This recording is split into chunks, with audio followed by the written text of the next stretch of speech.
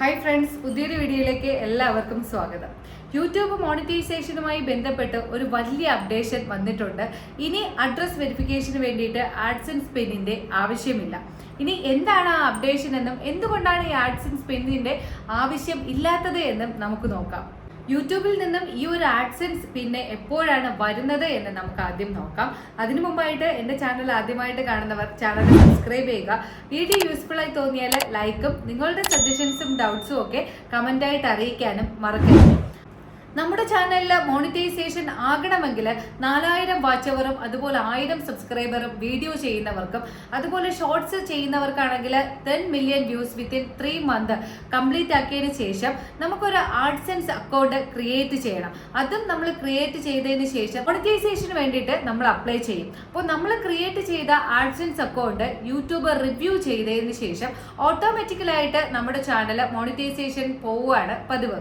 അങ്ങനെ മോണിറ്റൈസേഷൻ കിട്ടിക്കഴിഞ്ഞ് നമ്മുടെ ചാനലിലെ ഏർണിങ്സ് ജനറേറ്റ് ചെയ്യാനുള്ള 1-2 പ്രൊസീജിയറും കൂടെ നമ്മൾ കംപ്ലീറ്റ് ആക്കിയതിന് ശേഷം നമ്മുടെ ചാനലിലേക്ക് $10 കംപ്ലീറ്റ് ആവുന്ന സമയത്ത് ID വെരിഫിക്കേഷന് വേണ്ടിയിട്ട് ഒരു മെയിൽ വരും.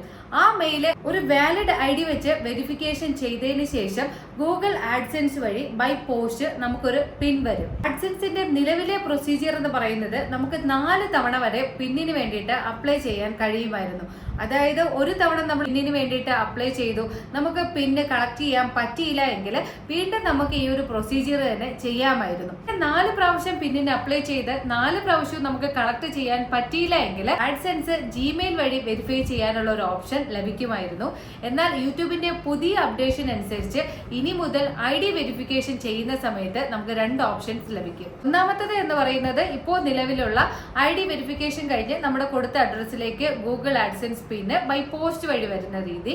ഇനി രണ്ടാമത്തത് എന്ന് പറയുന്നത് യൂട്യൂബിന്റെ പുതിയ അപ്ഡേഷൻ അനുസരിച്ച് ID വെരിഫിക്കേഷൻ ചെയ്യുന്ന സമയത്ത് നമുക്ക് പെർസോണ എന്ന് പറയുന്ന ഒരു ഓപ്ഷനും കൂടെ ലഭ്യമാകും. ഇനി എന്താണ് ഈ പെർസോണ എന്ന് പറയാം.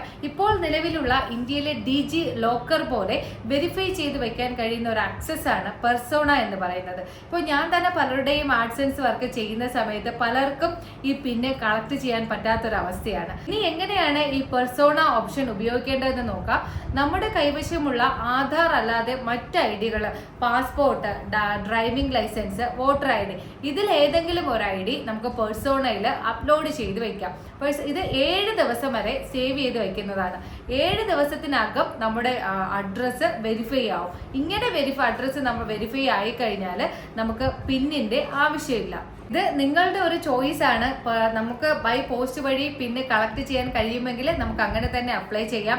എല്ലാവരുടെയും ഒരു സ്വപ്നമായിരിക്കും ചാനൽ മോണിറ്റൈസേഷൻ ആയി കഴിഞ്ഞ് ഗൂഗിൾ പിൻ വരുന്നത്, നമുക്ക് നമ്മുടെ അഡ്രസ്സിലേക്ക് അത് വരുന്നതും കളക്ട് ചെയ്യാൻ കഴിയുന്നതും ഒക്കെ ഒരു ആഗ്രഹിക്കുന്ന ഒരു നിമിഷമായിരിക്കും. ഇനി അങ്ങനെ കളക്ട് ചെയ്യാൻ കഴിയാത്തവർക്ക്, അതായത് നമ്മുടെ വീട്ടിൽ നിന്ന് മാറി ജോലി ആവശ്യത്തിനൊക്കെ പുറത്ത് താമസിക്കുന്നവർക്ക് അഡ്രസ്സ് വെരിഫിക്കേഷൻ ചെയ്യുന്നതും ബൈ പോസ്റ്റ് വഴി അവർക്ക് കളക്ട് ചെയ്യാൻ പിന്നെ കളക്ട് ചെയ്യാനൊക്കെ ഒരു ബുദ്ധിമുട്ടായിരിക്കും.